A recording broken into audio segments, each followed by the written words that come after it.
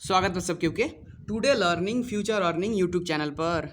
इससे पहले वाला वीडियो में हमने के बीबीएस फर्स्ट ईयर अंतर्गत जो हमने के अकाउंट सब्जेक्ट रहे और हमने के यूनिट 5 कहे के मतलब accounting for inventories and cost of good sold के हम क्वेश्चन बतैले रही 10 नंबर या जौन बिल्कुल वीवीआई हमने के क्वेश्चन रहे जौन कहले रही पीरियोडिक इन्वेंट्री सिस्टम जौन बा ओकरा बेसिस पर हमने के रह के क्वेश्चन नंबर जौन 7 रहे उ सॉल्व कैले रहनी सन जौन 2080 क्वेश्चन नंबर 12 में टीयू के एग्जाम में पूछले रहे वही करके हमने दोसर क्वेश्चन सोल्व कैले रहनी सन जरा कहले रहनी सेम वैसा क्वेश्चन अपने सोल्व करके देख सकता नहीं 2078 क्वेश्चन नंबर 12 हमने के सोल्व करके देख ले रहनी सन। बहुत हमने के मजेदार क्वेश्चन रहे आजू के वीडियो में रह के हमने के उहे वैसा क्वेश्चन के निरंतर देवे वाला बानी सन माने कुछ तंका हमने के फर्क रहे वाला बा तो हमने के लो तो वो हमने के सोल्यूशन करे तरफ लगनी सन आगे के वीडियो में। लो तो हमने क्वेश्चन नंबर 8 सोल्व कर जाते नहीं सन जौन हमने के 2079 क्वेश्चन नंबर 12 है 2069 क्वेश्चन नंबर 12 टीयू के एग्जाम में पूछले रहे तो कदी कहता हमने के डी इंटरप्राइजेज कहे मतलब एगो इंटरप्राइजेज बा provide you the following information related to the inventories for January 2022 के हमने के डाटा देता डी इंटरप्राइजेज अपन डाटा दिले बा कि हई हमने के भई रहे तो कदी कहता जनवरी 1 में ओकर बिगनिंग इन्वेंट्री 700 यूनिट रहे क रुपया के दर से 10 रुपया के दर से कहे के मतलब ओपनिंग स्टॉक के वैल्यू कितना रहे 700 यूनिट इंटू 10 करके निकाल सकता निशान।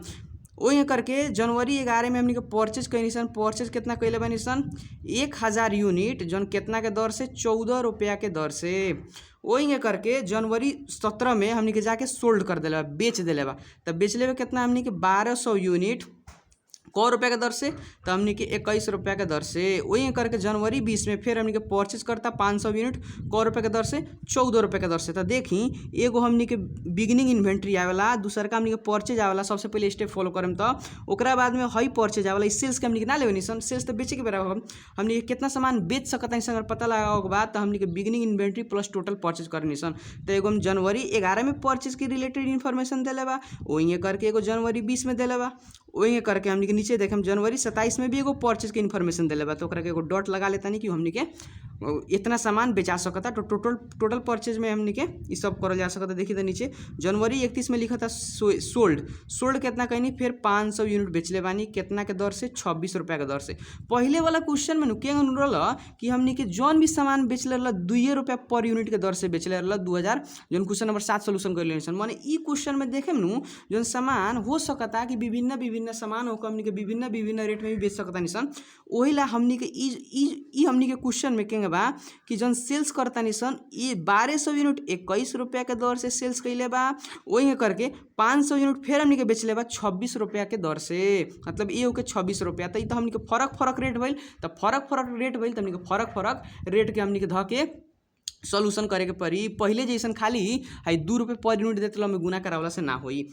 लास्ट पर दिले बा हमनी के जनवरी 31 में स्टॉक वेरिफिकेशन जब हम जाके वजन गिने गईनी वेरीफाई करे गईनी काउंट करे गईनी तब पता लागल कि 50 गो जन यूनिट बा उ तो डैमेज हो चुकल बा खराब हो चुकल बा। तो अगर अपने सामान किन के ले आओ तनी या ले के बाद में अगर अपने सामान धैले बानी कि बेचेला मने उ खराब हो गल तो केहू किनी नानू किनी आ ओकर केहू वैल्यू दी केहू कुछ रुपया दी तो नानू दी वही ला हमनी के 50 यूनिट जौन बानू जौन हमनी के जन 50 यूनिट बा एकरा के हमनी के समझल जाई कि इहो बेचाइले जैसन बा ओकर बेचाइले जैसन बा मतलब 1 रुपया ना मिली तो ओकरा के स्टॉक वेरिफिकेशन जौन फाउंड 50 यूनिट बा ये हमनी के क्वेश्चन स्पेशल बा। पहिलका वाला क्वेश्चन से कथी फर्क बा एमे तो ये हमनी के फर्क बा कहे मतलब स्टॉक वेरिफिकेशन कहाँ रखल जाई बहुत आदमी कन्फ्यूजन में रहेला कि स्टॉक वेरिफिकेशन कहाँ रखल जाई तो स्टॉक वेरिफिकेशन जौन 50 यूनिट बा एकरा के हमनी के समझल जाई कि यो बेच देले बानी सन कहे मतलब खराब बा कि रुपया तो देबी ना तो बेचे में सेल्स यूनिट में राखे मने 1 रुपया ना मिली ई हमनी के समझ जाई।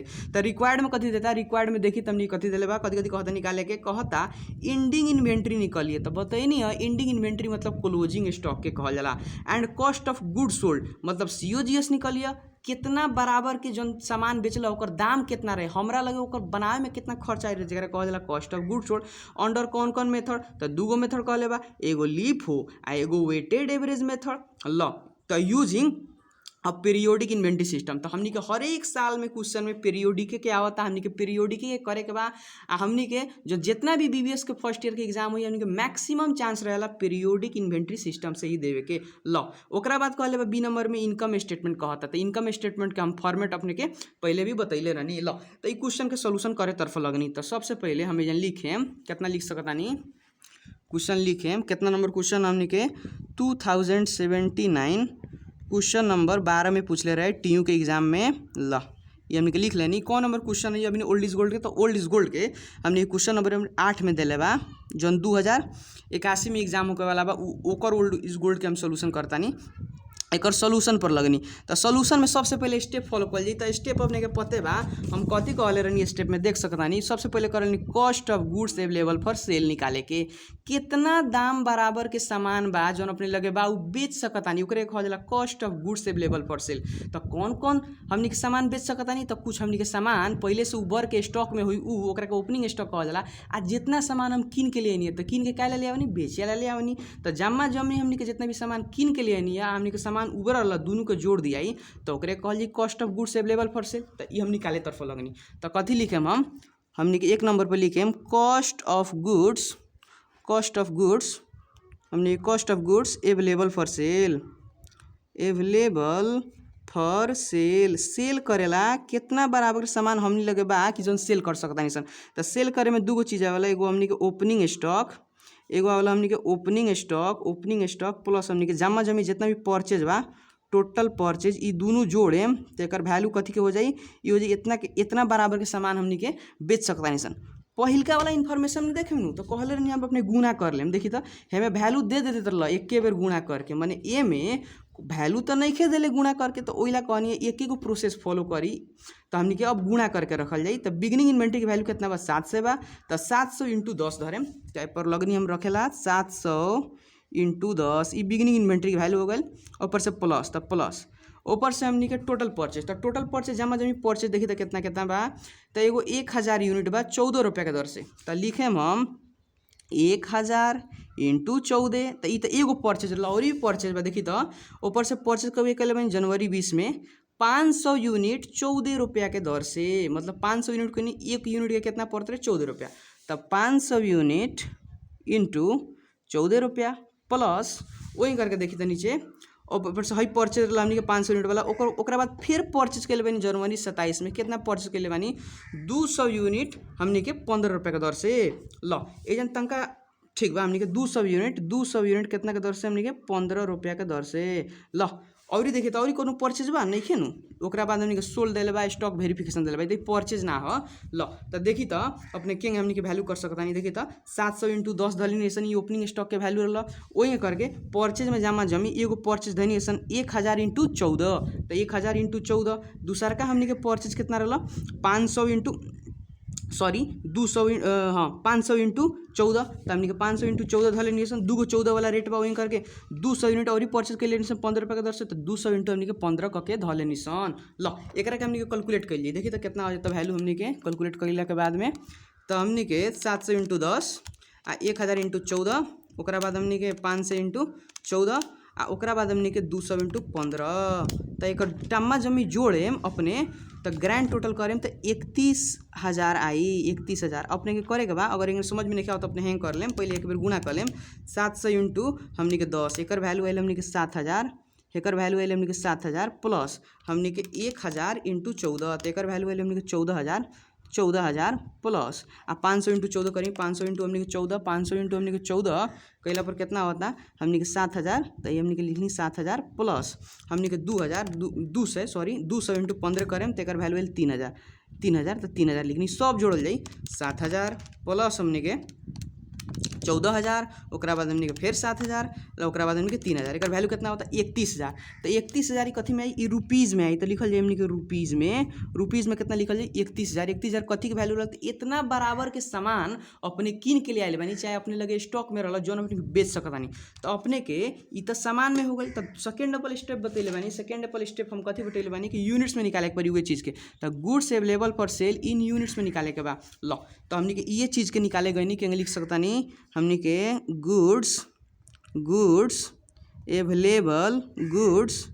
अवेलेबल फॉर सेल जौन हमनी के सामान बेचेला धइले बानी कितना यूनिट बा।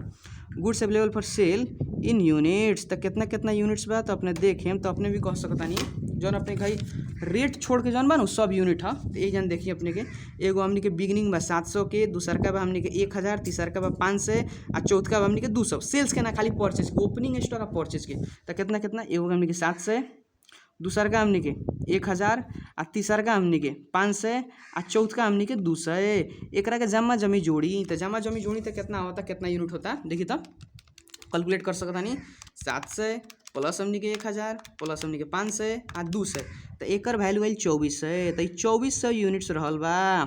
ल तो कथी के वैल्यू रहल हमनी के जौन सामान बेच सकतानी कितना यूनिट्स बेच सकतानी 2400 यूनिट बेच सकतानी मने का भइल। अब हमनी के थर्ड स्टेप में जाइले तो थर्ड स्टेप में कहल जाला सेल्स यूनिट निकाले के। अपने लगे हम आस करतानी कि अपने के स्टेप सार ले ले होके हम सेल्स यूनिट निकाले के बाद सेल्स यूनिट कितना कितना यूनिट बेचल देखिए तो यहाँ अपने के एगो जनवरी 17 में सोल्ड करता एगो 1200 यूनिट दिले बा। दूसर का हमनी के सोल्ड कितना कइले बा 500 यूनिट तब 1200 और 500 को गो हो गई हमनी के तो 1200 500 1700।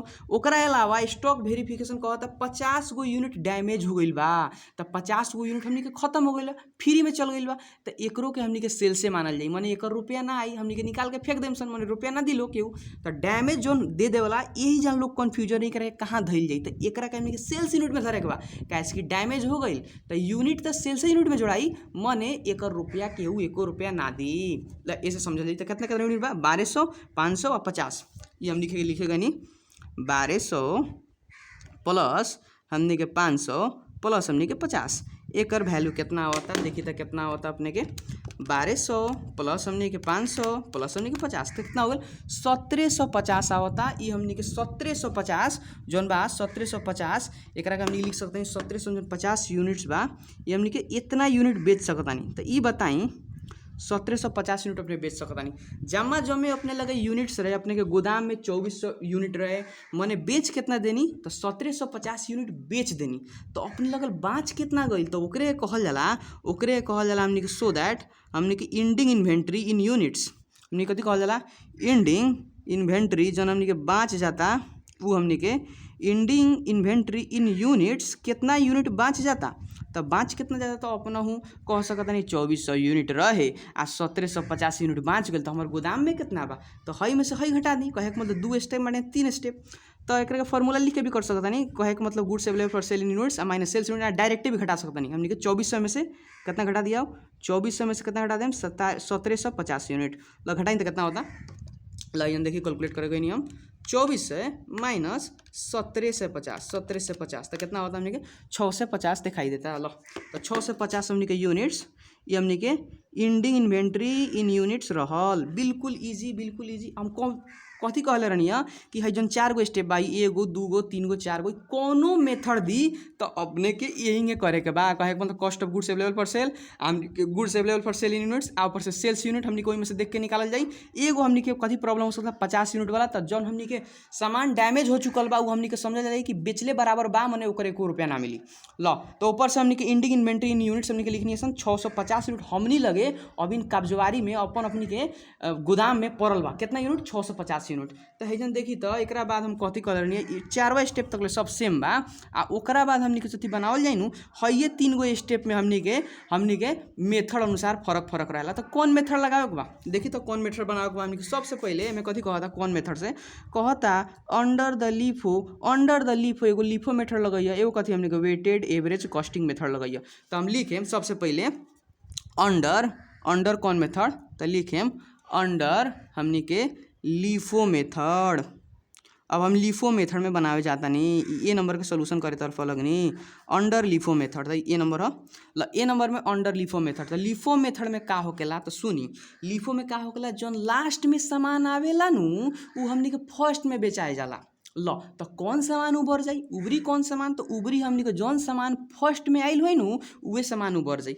अब देखी तो कितना सामान हमनी के उबरल बा तो उबरल बा हमनी के 650 यूनिट तो पहले सबसे पहले लिखल जाई हमनी के स्टेपे है कि कॉस्ट ऑफ इंडिंग इन्वेंट्री निकाले के बा कॉस्ट ऑफ कथी इंडिंग इन्वेंट्री निकाले के बा हमनी के 5वां स्टेप है कॉस्ट ऑफ इंडिंग इन्वेंट्री तो कॉस्ट ऑफ हमनी के इंडिंग इन्वेंटरी जौन बा कितना दाम बराबर के हमनी के सामान उबर गईल बा तो 650 यूनिट उबरल बा मने ओकर रेट केंगे लेवल जाई। तो लिफो मेथड में कहनी है भल कि जौन सामान अपने के लास्ट में फर्स्ट में बेचाई चल जी तो उबरी कौन जन शुरू में तोहरा लगे गोदाम में पहले रहे वही जन बा। तो जन देखें तो 650 यूनिट हमने के उबरल बा। तो कौन कौन बोरा में उबरल हुई तो सबसे पहिलका बोरा। तो पहिलके बोरा खोले गए नहीं जन पहले साल के रहे उहे बोरा में हमने के 700 सामान रहा। तो उ बोरा में से 50 यूनिट मतलब पिठा दिले बानी। कितना यूनिट बाँचल बा 650 यूनिट बाँचल बा। लो इहे बोरा में हम ये काम खत्म हो जाए। तो 650 यूनिट कितना रुपया के दर से 10 रुपये के दर से। तो लिख देम जौन 650 यूनिट बा 650 यूनिट ये बोरा में पुग जाए। तो फर्स्टे बोरा में वही बोरा में उबरल रहा। तो 650 यूनिट्स इंटू रेट लिख दी। तो रेट दिले रहा अपने के 10 रुपया। तो अपने के 10 रुपया लिखनी अपने देख सकता नहीं ओकर रेट जब बिगनिंग इन्वेंट्री रहा बिगनिंग इन्वेंट्री के रेट अपने के 10 रुपया दिले बा। ये 10 रुपया अपने के लिख देम।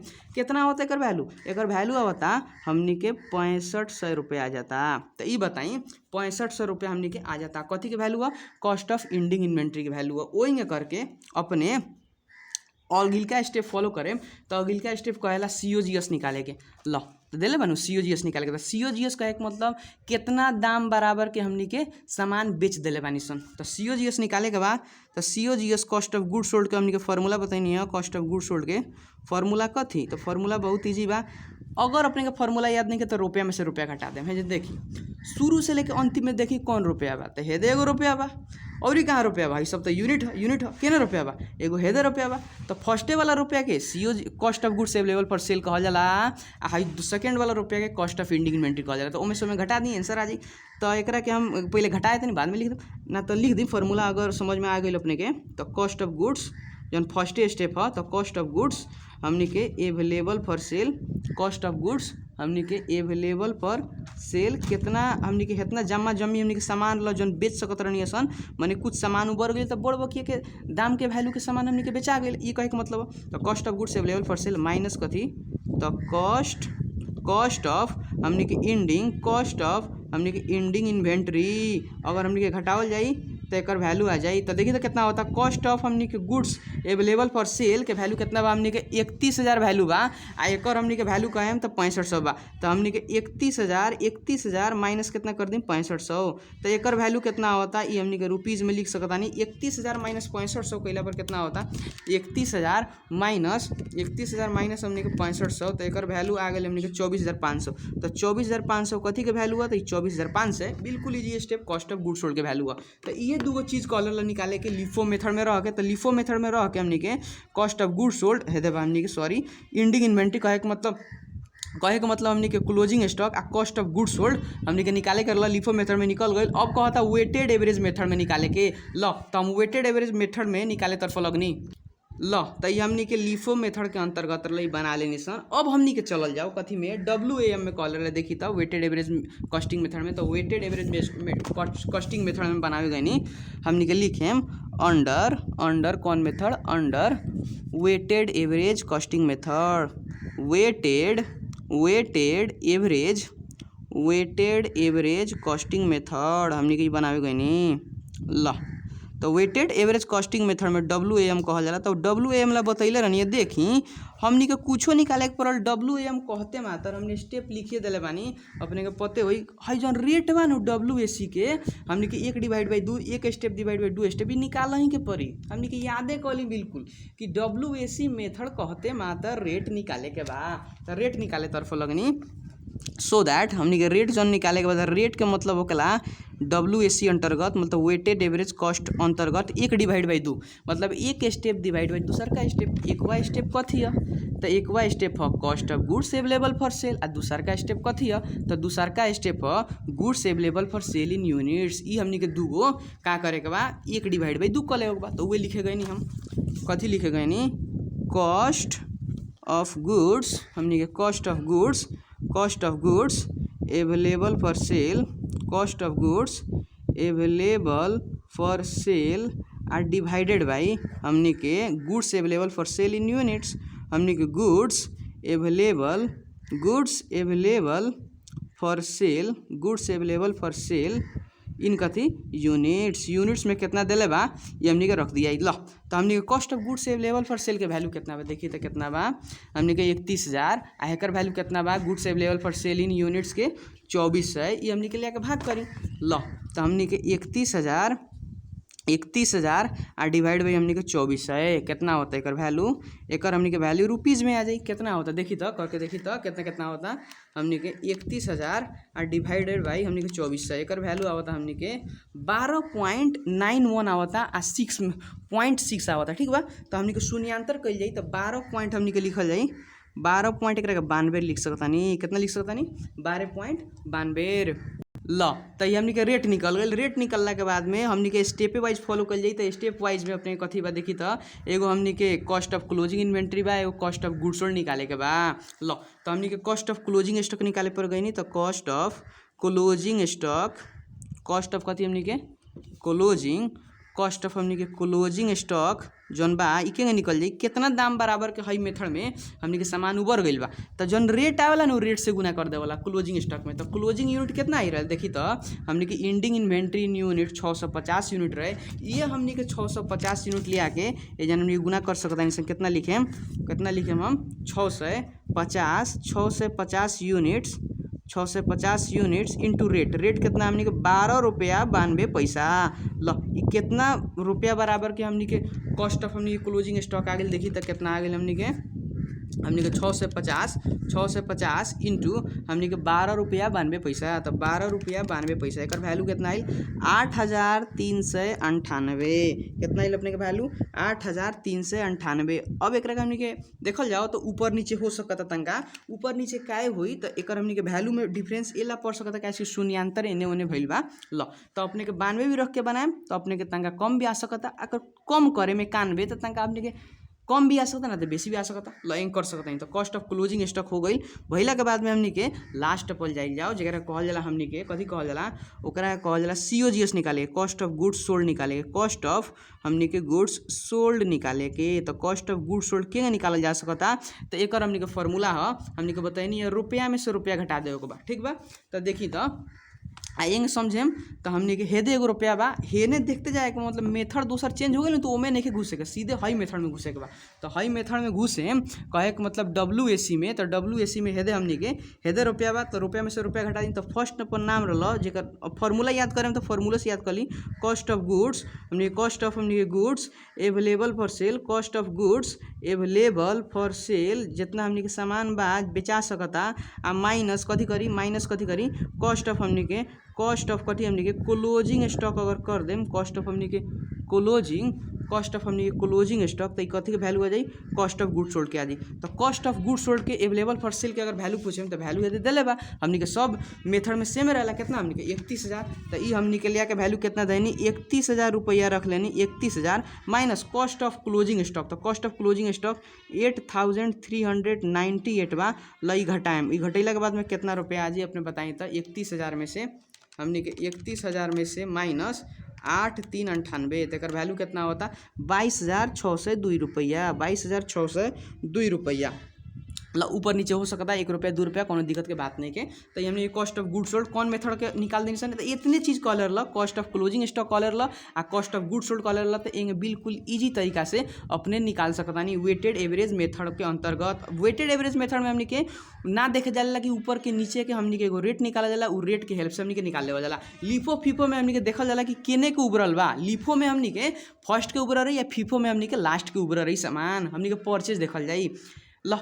ये हमनी के कर लेनी सन। 2 नंबर क्वेश्चन में जाइल जाओ 2 नंबर क्वेश्चन कथी कहता है हमें करे के B नंबर में। तो 6 नंबर कर लो 6 नंबर के सोल्यूशन कर लेनी सन 6 मार्क्स कर लो 6 मार्क्स के सोल्यूशन कर लेनी सन। अब B नंबर में जाइल तो इनकम स्टेटमेंट कहता अंडर बोथ मेथड दोनों मेथड में रह के हमनी के इनकम स्टेटमेंट बनावे के बा। एज्यूमिंग ऑपरेटिंग एक्सपेंसेस 5,000 दिले बा आ टैक्स कितना दिले बा हमनी के 25%। तो ओकर फॉर्मेट हम पहले ही बता दिले रहनी वो हम फॉर्मेट पहले बनावे तरफ लागतानी।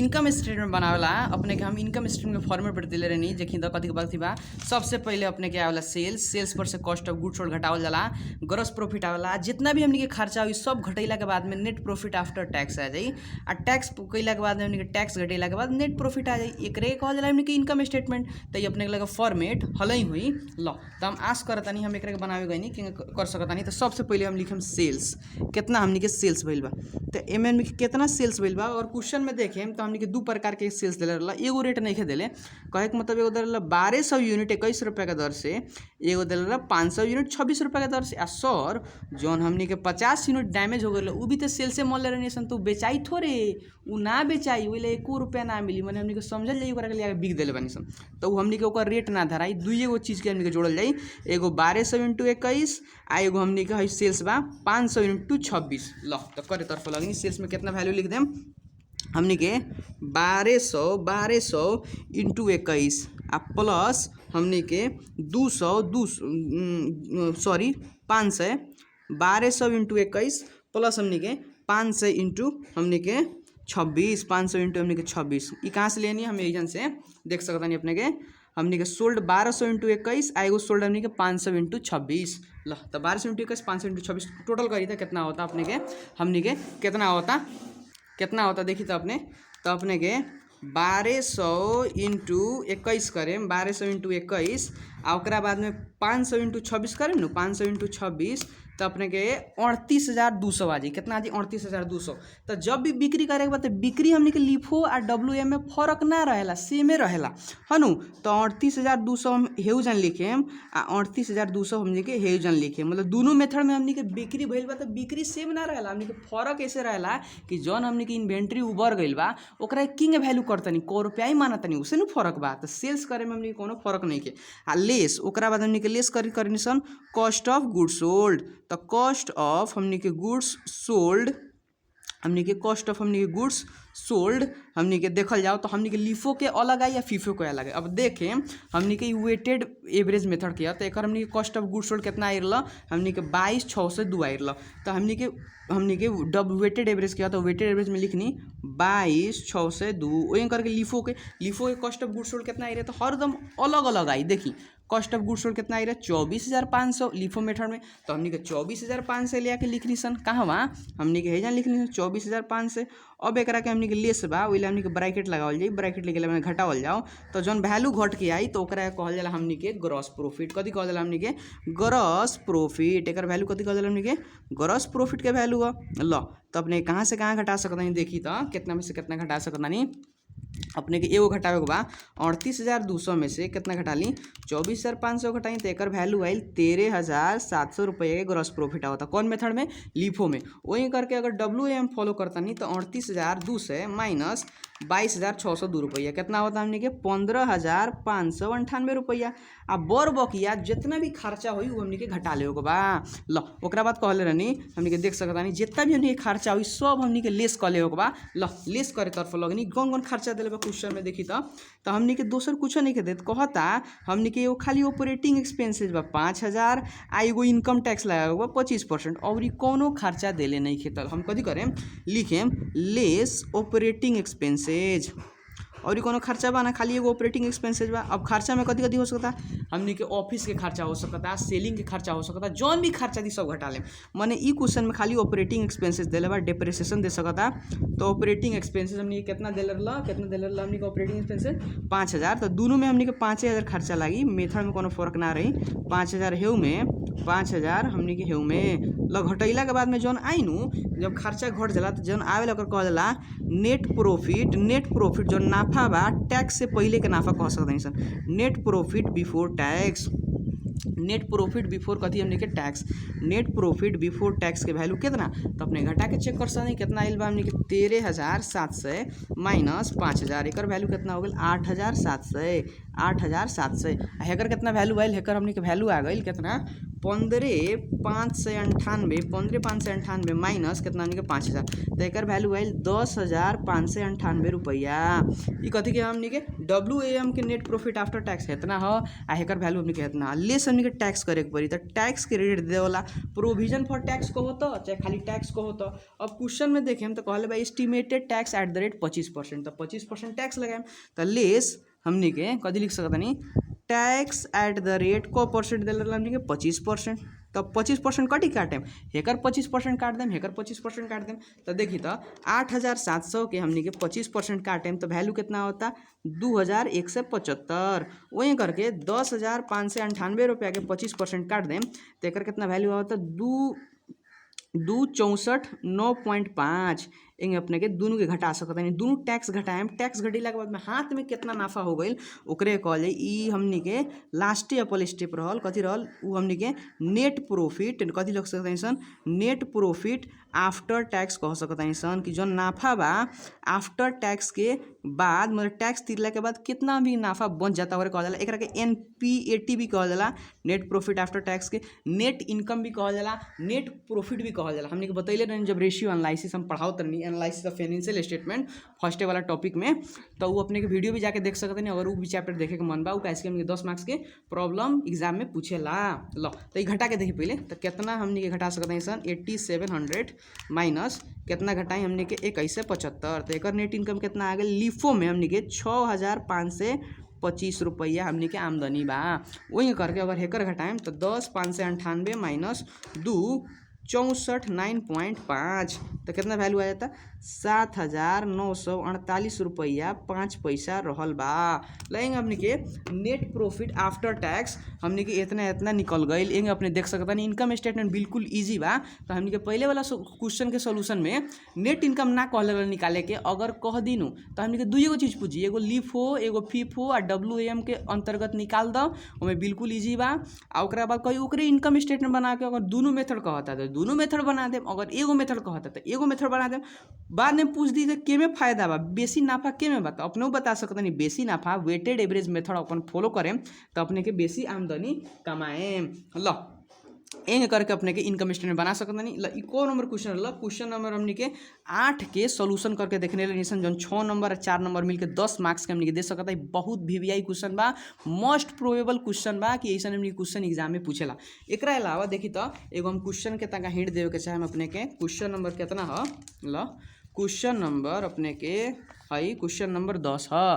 लो क्वेश्चन नंबर 10 हमने के एक बार प्रैक्टिस करके अपने के एग्जाम में जाए हमने के बिल्कुल उहे हमने के टॉपिक बात तो कथी कहता कि ABC इंटरप्राइजेज जौन बानू हमने के क्वेश्चन नंबर 2077 क्वेश्चन नंबर बारे में पूछले रहे हमने के TU के एग्जाम में। तो कहता ABC enterprises you provides you the following information related to the inventories for December 2020। दिसंबर महीना ला हमने के फलना इन्वेंट्री आइल बा चाहे बेचाइल बा चाहे हमने के रह गइल बा बतावे के चाहता।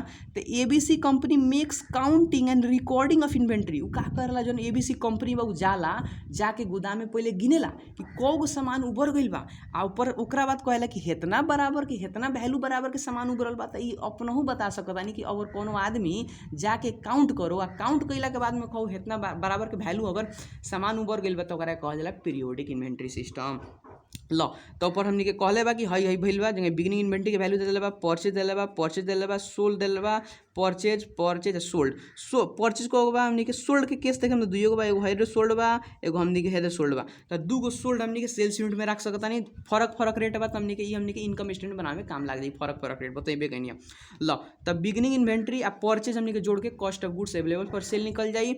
आ वही करके हमने के एक यूनिट जोड़ लेम तो हमने के units available goods available for sale in units हमने के लिख सकता नहीं सन। 3 नंबर सेल्स यूनिट भी निकाली सकता नहीं, घटाएम तो हमने के क्लोजिंग स्टॉक यूनिट्स में निकलिए जाई। अल्लाह कौन मेथड में कहता सबसे पहले कहले कथी बनावे के तो what inventory system the ABC enterprises is adopting. कौन इन्वेंट्री सिस्टम हमने के एडॉप्ट करता तो हमने के काउंट करे काम करता, मतलब काउंट करके वैल्यू निकाले काम करता। तो कौन इन्वेंट्री सिस्टम है ये हमने के पीरियोडिक इन्वेंट्री सिस्टम एडॉप्ट करता। तो लिख सकता नहीं हमने के ABC enterprises is adopting periodic inventory system. 1 number के क्वेश्चन दी तो 1 नंबर में लिख सकता नहीं। दूसरा कहले बा हमने के ठक्के हुए क्वेश्चन कहले बा ending inventory at cost of goods sold निकाले के अंडर FIFO मेथड।